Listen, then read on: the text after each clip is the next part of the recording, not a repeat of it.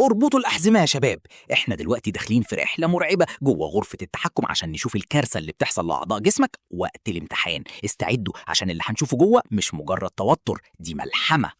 البداية دايما هادية، التايمر بدأ والتوتر لسه 10%. الأسئلة سهلة ومحفورة في القلب. يا رب، أول سؤال بيقول القدس عاصمة فلسطين. طبعا. الحمد لله. طب تاني سؤال بيقول عدد عظام الجسم 206 بالملي. احنا مسيطرين والوضع تمام، مفيش داعي للقلق خالص.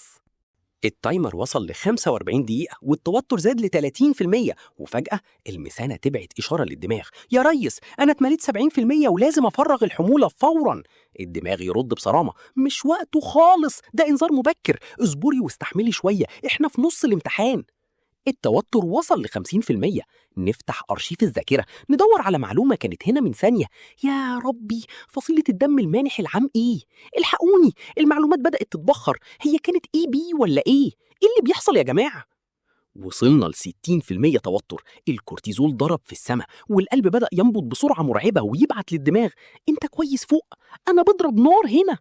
الدماغ يرد وهو مهنج: أنا توترت شوية بس هنسيطر، سيبك من السؤال ده وخش على اللي بعده بسرعة. الوضع بيسوء، التوتر 70% وفاضل 25 دقيقة. الدماغ بيسأل: أكبر عضو في الجسم إيه؟ الرئة ولا الكبد؟ والمعدة تبعت شكوى: أرجوك اهدى، أنا بلف وبقطع من التفكير الزايد. حالة طوارئ قصوى، التوتر 80%. مفيش أي معلومات باقية في الذاكرة، الجسم دلوقتي دخل في وضع المواجهة أو الانسحاب، فايت أور فلايت. مفيش تفكير، الجسم بيجهز نفسه للهروب وبس. فاضل 10 دقايق والتوتر 90%. الوضع بقى أسوأ من ألعاب الملاهي الخطرة، مفيش سيطرة والكل بيصرخ داخل غرفة التحكم: هننفجر يا ريس. الكارثة الكبرى وصلت، التوتر 100%، وظهر القطار البني العملاق قادم بلا فرامل، وقدامك أقل من 20 ثانية تلاقي أقرب حمام، وإلا الكارثة هتحصل على البنطلون. وهعمل بيبي على نفسي. غرفة التحكم بتطلع دخان، اوفر هيتنج، مفيش حل غير الإجابات العشوائية السريعة: حادي بادي كرومب زبادي. يلا بسرعة، أي حاجة، الكبد، الفخذ، 4 حجرات، أي حاجة بس المهم أخلص واجري عشان ما اتبهدلش ويحصل اللي يحصل بقى. التايمر وصل ل0-0. خلصت يا أستاذ، ونفسك بس في سؤال واحد ملوش علاقة بالمنهج: فين الحمام؟ بعد ما العاصفة هديت والتوتر رجع 0%، الدماغ يبدأ يصحصح ويفتكر: على فكرة الإجابة كانت فصيلة الدم O-. طبعا بعد فوات الأوان. أنا بكرهك يا دماغي بجد. تعالوا نفهم بالراحة إيه اللي حصل ده علمياً. الكورتيزول لما بيزيد بيعطل وصول الدماغ لأرشيف الذاكرة، عشان كده المعلومات بتتبخر.